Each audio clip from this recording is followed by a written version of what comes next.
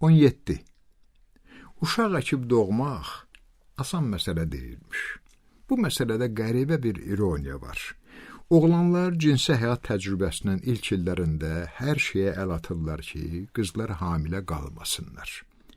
Sonra isə beyinləri çönür və var gücləri ilə bunun əksinə çalışırlar. Bəli, bu fikir adamı daim gərginlikdə saxlayan bir ideyaya çevrilir. Xoşbəxt ailə həyatının ən ecazkar anlarını öz təbiiliyindən və ləzzətindən məhrum edir. Hər şeyi əvvəlcədən proqramlaşdırmağa başlayırsan. Hərçənd proqramlaşdırma sözü də vəziyyəti tam əks etdirmir. Maşın deyilik ki, insanıq. Müəyyən qaydalara əməl etməli olursan.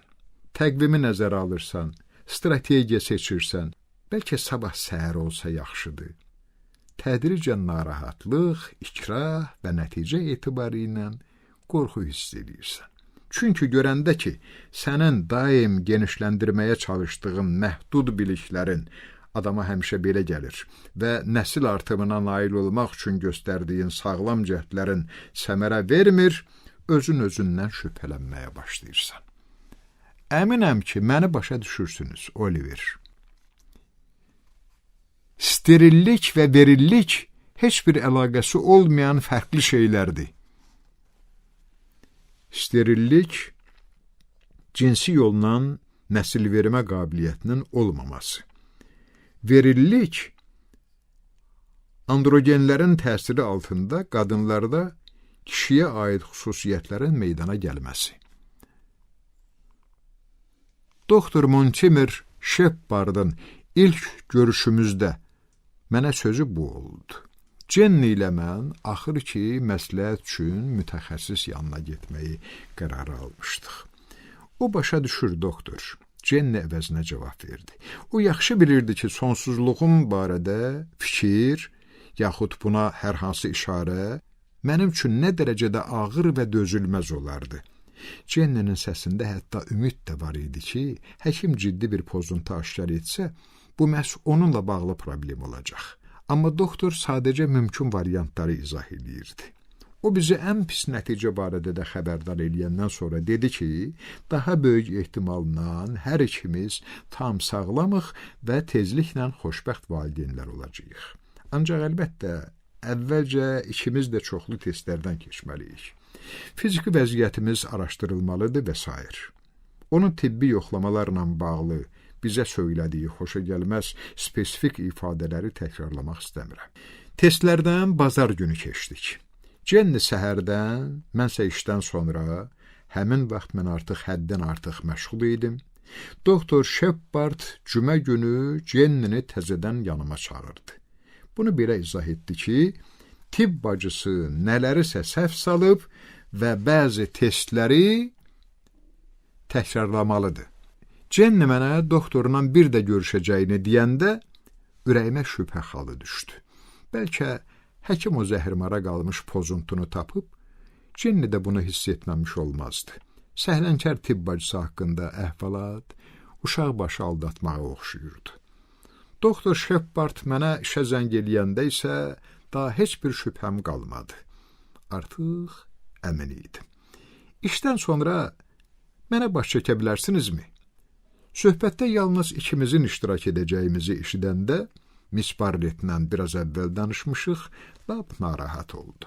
Demək, məsələ çox ciddidir. Jenny'nin heç vaxt uşağı olmayacaq. Hərçənd nəticə çıxarmağa tələsmə, Oliver. Özümü sakitləşdirirdim. Doktor Shepard'ın çatışmazlıqları aradan qaldırmaq imkanı verən müxtəlif müalicə üsulları, məsələn, cərrahiyyə əməliyyatları barədə dediklərini yadına sal. Fikrimi işin üzərində heç cür cəmləşdirə bilmirdim. Ona görə oturub axşam saat 5-i gözləmək axmaqlıq idi. Bu dəfə özüm həkimə zəng etdim, soruşdum ki, məni biraz tez qəbul etməyə imkanı varmı? O razılaşdı. Sizə bəllidirmi ki, bunun günahı hansımızdadır? Həkim gəldiyi nəticəni söyləyən kimi birbaşa soruşdu. Əslində mən bunu günah adlandırmazdım, Oliver, o cavab verdi. Yaxşı, başqa cür soruşum. Bizim hansımızda funksional pozunluq aşkar edilib? Jenny də. Bunu eşitməyə az-çox hazır idim. Ancaq doktor Shepardın qəti və kəskin cavabı məni sanki silkələdi. O daha heç nə demədi. Buna görə də qərarı aldım ki, mənim reaksiyamı gözləyir. Okey, biz uşaq götürərik. Yəni sözüm ondadır ki, əsas odur ki, biz bir-birimizi sevirik, düzdür? Onda doktor dilləndi. Oliver, problem siz düşündüyünüzdən qat-qat ciddidir. Jenny ağır xəstədir. Ağır xəstə nəyə deyirsiniz? İzah eləyə bilərsinizmi? Jenny ölür. Bu ola bilməz. Qeyri-ixtiyarı dedim və sustum. Gözləyirdim ki, indi həkim söylədiklərinin axmaq zarafat olduğunu etiraf eləyəcək. O ölür, Oliver. Doktor Shepard təkrar elədi. Bu sözləri sizə deməyə məcbur olduğum üçün üzülürəm. Amma bilməlisiniz. Mən həkimi inandırmağa çalışırdım ki, burada səhvə yol verilib. Ola bilsin, ağıldan kəm tibb bacısı yenə nəyisə dəyişik salıb, özgəsinin rentgen şəklini verib, ya başqa bir hoqqa çıxarıb.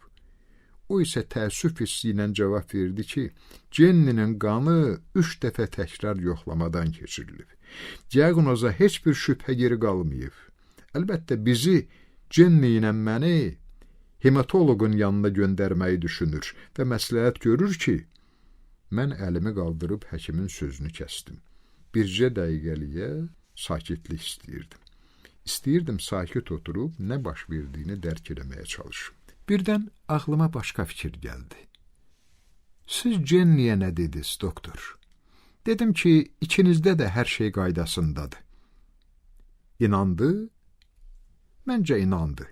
Bəs biz həqiqəti ona nə vaxt deyəcəyik? Bu yalnız sizdən asılıdır. Yalnız məndən.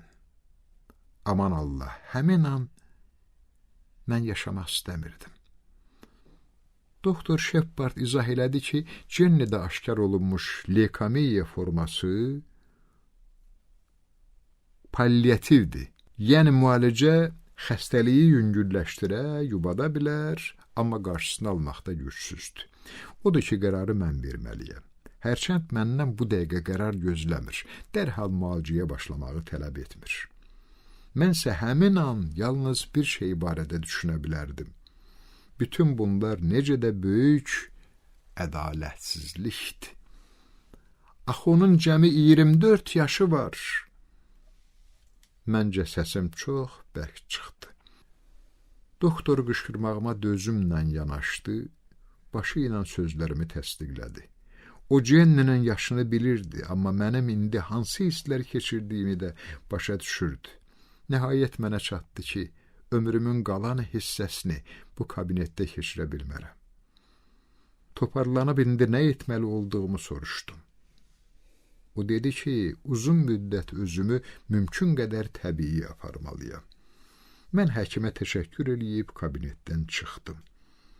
Mümkün qədər təbii.